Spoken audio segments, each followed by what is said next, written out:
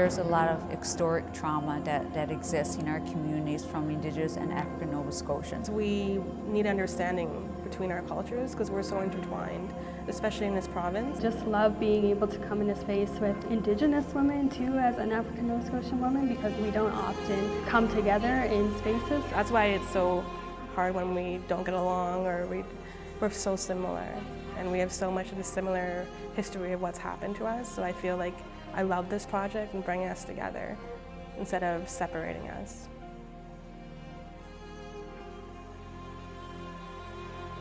There was a true failure on the part of our systems to meet the needs of African-Nova Scotian and Indigenous women. They don't trust a lot of the systems or institutions that they have to turn to for support. Not feeling safe to report abuse, or they feel like if they do report, then there may be police brutality against the abuser. So being able to create something to help break down those barriers is really important. We are the voice of the women. We're bringing their voices centered. Partners around the table is the important work that we're doing that we need to appreciate. You care about your community. You care about the women that you work with, and a lot of times it's difficult to turn that phone off or to have those boundaries because you care so much. She's the one that did the blue eyes and brown eyes back in the day. I think it's a challenge for many of us who do this work is that it isn't just work. It's our lives. It is so deeply and intricately connected into who we are, this work, that it is very difficult in the day-to-day to separate from it. You're from the communities, you know how devalued you are.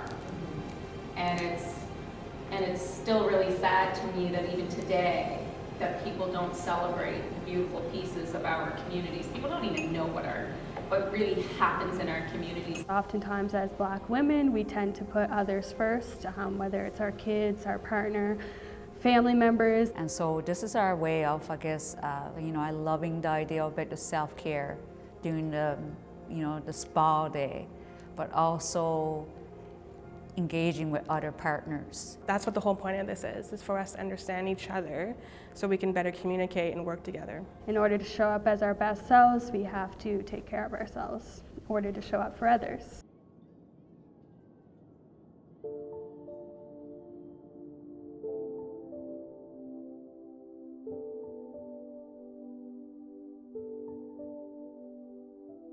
This project was a stepping stone in making sure that we have the support from government to do the work that we're doing.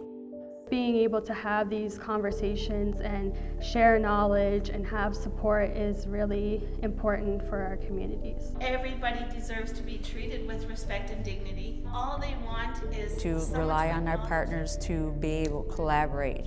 We have a lot of resources, we have a lot of support we can provide to one another. I'm from Mi'kma'ki. I'm originally from Chapel Island. I live in Eskasoni, and I always introduce myself as a mother first. The harm has been so deep and so multi-layered and gone on for so many years that there is very little trust, if any, from Indigenous communities and African-Nova Scotian communities. We want for the African-Nova Scotian communities and people of African descent living in Nova Scotia to be able to feel safe accessing our services and feel supported in doing that. We have so many women that are joining, and the joy that they get from it, I'm getting something good out of it because I see their smiling faces. I see them happy. I see them empowered. I see them, their strength. So what did you learn about African Nova Scotians? I think you need to take it upon yourself to learn everything that you can. I think the biggest thing is awareness. Pay attention to how to be an ally. Education. Do not underestimate the power of one. Take humility and start within. Listen and educate yourself. Collaboration. Go to a museum, go to a powwow, talk to someone and ask the questions of things that you don't know and don't yet understand.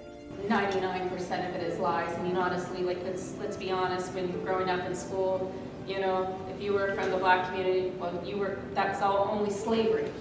If you were from an Indigenous community, Mi'kmaq community, it was savages. Reinvigorating. Powerful. Grounding. Inspiring. Humbling. Educational. Hopeful. Joy. Deep learning. It was awesome.